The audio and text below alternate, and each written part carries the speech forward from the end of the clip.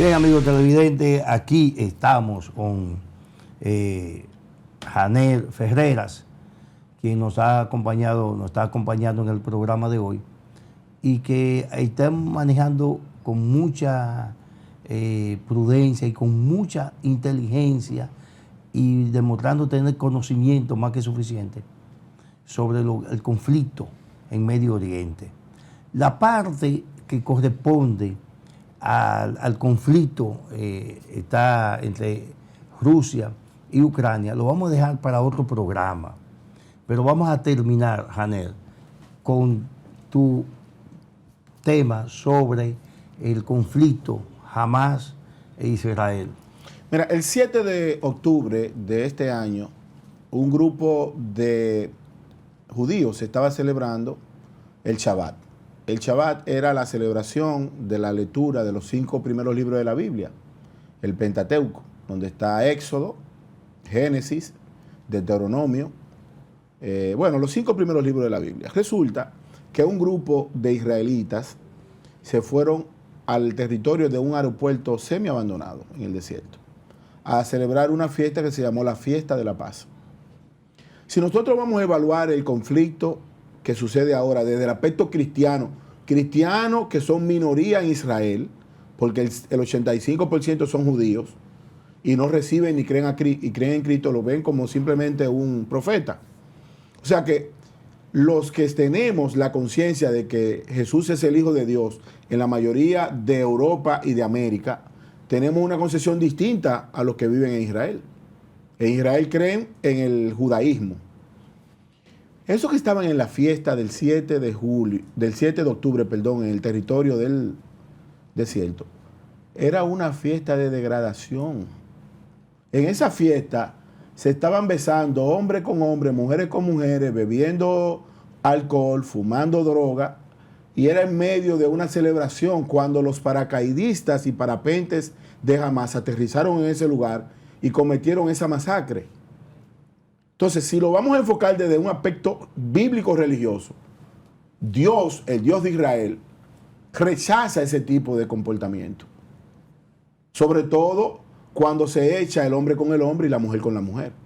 Entonces hay que ver también hasta qué punto la actitud religiosa del Estado de Israel permitió que ese movimiento de Hamas se hiciera realidad en el territorio para una justificación de lo que hoy estamos viendo.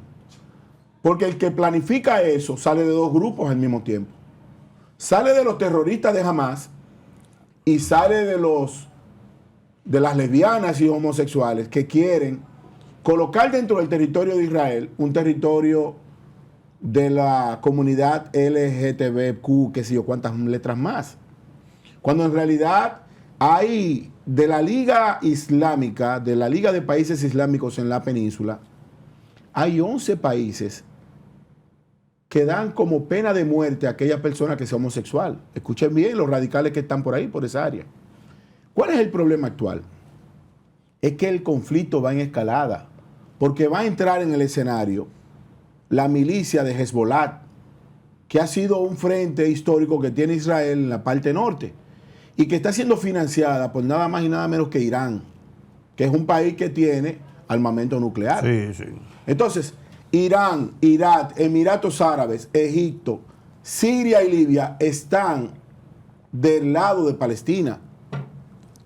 Y hubo un acuerdo que se hizo en el año 2020 que se llamó el Acuerdo de Abraham, que fue lo que provocó la radicalización de este conflicto.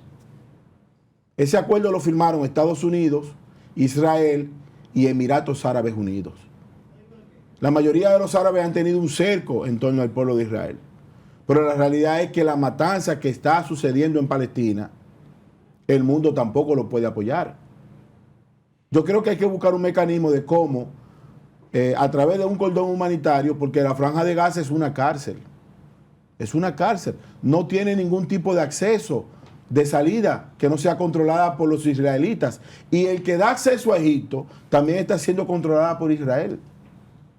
Sí, porque tiene, en un lado está el Mediterráneo, pero los israelíes tienen barcos ahí en el Mediterráneo. Y por eso yo siempre... Y no solo Israel, Estados Unidos acaba de instalar un portaaviones Sí, Ahí. el mayor de Estados Unidos, porque El en el Eisenhower. caso, sí, en el caso de Estados Unidos históricamente desde la Guerra de los 6 días, desde la resolución 181, desde la batalla de Yom Kippur, que fue entre Israel, Egipto y Siria, Estados Unidos siempre ha apostado a apoyar a Israel.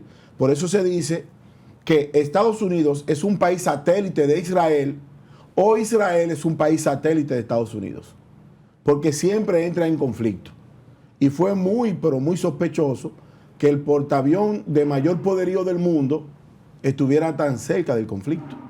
Entonces, si nosotros vamos a hacer un despeje de simple lógica analítica, ¿quiénes son los que se favorecen por la guerra?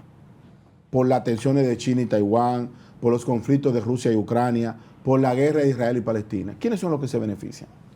Bueno, Occidente. No, se benefician los que fabrican armamentos de guerra. Ah, pues, Porque a todo eso es el capital que mueve los intereses. La guerra pone los muertos los pueblos pobres y el dinero se queda en manos de los pueblos ricos.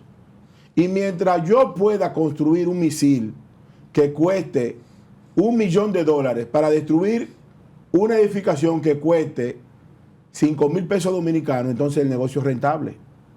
No para el que fabrica la casa, sino para el que fabrica el misil. Porque al final también viene la otra etapa de la guerra, que es la construcción del territorio. La economía del mundo no puede seguir sustentándose en una economía de guerra. La paz deja muchos beneficios, pero no deja un solo centavo. Y yo creo que los dominicanos siempre tenemos que vernos en el ejemplo de Israel y Palestina con el tema haitiano. ¿Por qué? Porque no hay una cuña más perjudicial que aquella que venga del mismo palo. Hoy los haitianos han penetrado al territorio nacional de una forma muy sospechosa. Y mientras la narrativa internacional dice que somos racistas, que somos xenófobos, que somos maltratadores de haitianos, la realidad es que usted va a un hospital público y en alguna provincia el 69% de los que nacen son haitianos.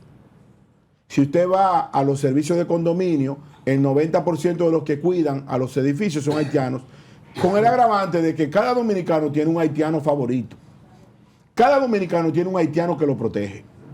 Pero si nosotros vamos al servicio de concho, el 90% son haitianos.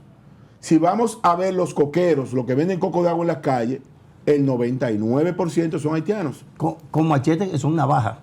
El machete, el 14 de agosto de 1791 se hizo un pacto que se llamó el Pacto de Bosque de Caimanes, que fue el que dio origen al pueblo haitiano, a través de un prié dirigido por un brujo llamado Dutty Bookman y una bruja llamada Cecil Fátima. Él, bajo los efectos de un loa llamado Ogún Balagrí, y ella bajo los efectos de una loa llamado Esidi Dantot. A partir de esa noche, ellos matan un puerco negro y se beben la sangre y dicen: nuestras armas de trabajo, escuchen esto, el machete, serán nuestras armas de liberación. Por eso, estos haitianos que manejan el machete y que están en el territorio nacional y que están amenazando la soberanía nacional, nosotros tenemos que ponerle el frente a eso, porque eso sí es una desgracia. El hoyo de Friusa, Santo Domingo Este, la ciudad Juan Bosch, el 70% de los que viven allí son haitianos. Entonces nosotros tenemos que urgentemente, a través de la educación, hacer una revolución cultural que nos permita librarnos y saber que ellos son nuestros vecinos, no nuestros hermanos. Bien, mira, el tema es interesante y tú hablabas del asunto de Ciudad Juan Bosch. Dale así, señores, que nosotros tenemos informaciones de que Migración va a instalar ahí cerca. Migración lo anunció, creo que lo anunció Migración, que iba a instalar un centro de acogida como el de Jaina para los haitianos que aprecen en la zona este. Hay un movimiento en Ciudad Juan Bosch que quiere frenar la construcción de eso, no solo la construcción de eso, sino también la actitud de los haitianos. Y yo tuve acceso a una reunión que ellos hicieron y hablaban de la inconducta que tienen los haitianos para vivir en condominio. Pero ¿qué ocurre? Los alquileres en Ciudad Juan Bosch son baratos. mucha gente ha adquirido apartamentos para rentarlo. ¿Y a quiénes se los rentan? Bueno, a los haitianos. Los haitianos se meten 20 en una habitación. Todo eso... Pero hay un proyecto de ley que va a procurar facilidades para alquilárselo a los haitianos. Entonces nosotros tenemos que tener coherencia entre lo que decimos y lo que hacemos. Por un lado nos estamos quejando de Haití y por otro lado estamos creando las condiciones para que Haití nos invada. Se quedan aquí. Para que se queden aquí. Entonces, se va a levantar en el pueblo dominicano un movimiento que va a sobrepasar los partidos políticos, las instituciones, porque aquí hay 4 sectores que son de alta sospecha para la traición del pueblo. El sector empresarial, el sector político, el sector religioso y el sector comunicacional. El pueblo dominicano, como nunca antes de su historia, ha sido traicionado por los sectores de poder del país. Y lo que pasa es, oye, que los sectores económicos lo ven, tú lo dices, desde el punto de vista económico.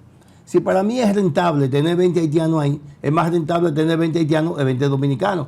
Si la legislación no me presiona pero lo esa rentabilidad suficiente, no puede afectar la soberanía del pueblo. Pero cuando nos por eso quedemos te sin digo, patria, no tendremos ni Haití, porque la mayoría de los ricos haitianos que están en el territorio nacional son los mismos haitianos que destruyeron Haití.